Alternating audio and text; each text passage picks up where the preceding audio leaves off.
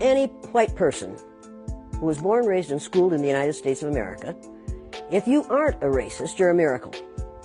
Either that or you decided to educate yourself. Because education in this country is about white is right, brown's all right, black's got to stand back. Yellow's mellow, but whites, we educate in a way that says that white males have done all the adventures, have made all the adventures, have done all the discovering, have made all, everything that is good and has been accomplished according to social studies, which is actually anti-social studies, by white males. It's a lie. But we do that in order to maintain the myth of white superiority. The myth of race has to be maintained at all costs in this country. Because if white people have to give up the color of their skin as being something that makes them perfect, what do they have left? If we start teaching the truth about history, if we start teaching about Nile Valley contributions to civilization, it will totally change the way we conduct ourselves in the classroom. It will have to. Columbus didn't discover America. You can't discover a place where people are already living. But we celebrate that every October.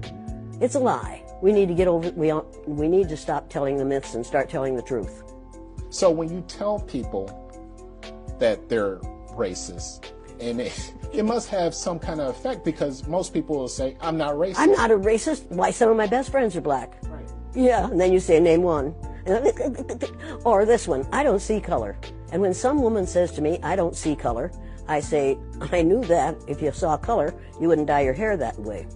Or I say, if you saw color, you wouldn't wear that shirt with those pants. I believe that you don't see color. It's an attempt to deny skin color. And it's an attempt to deny what's wrong with seeing the color of my skin. Is it all right for you to see me kind of pink? That's okay for me. I don't mind. And I suspect that you don't mind being seen the color you are. You have a right to be what you are. And until people in this country and people in this world get it into their heads that the first modern human beings that evolved on this earth were black women. They evolved in sub-Saharan Africa about 280,000 years ago, and every human being on the face of the earth today has the memory of those black women's genetic structure in their genes.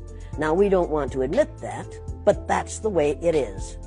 And as people moved farther and farther from the equator, their bodies produced less and less melanin, so their hair, their skin, and their eyes got lighter. As they moved into the east, they ate a lot of fish and a lot of vegetables, so their skin took on a different tone. I found that out when I was raising little kids. My husband worked in a supermarket. He was the head of the produce department, and they had lots of oranges that they couldn't sell, so he'd bring them home, and I was feeding my kids orange juice like you never saw in your life. They began to have an orange cast to their skin. I thought they had a liver problem. So I took him to the doctor, and she said, what are you feeding these kids? I said, well, lots of orange juice. She said, stop it if you want them to stop being orange.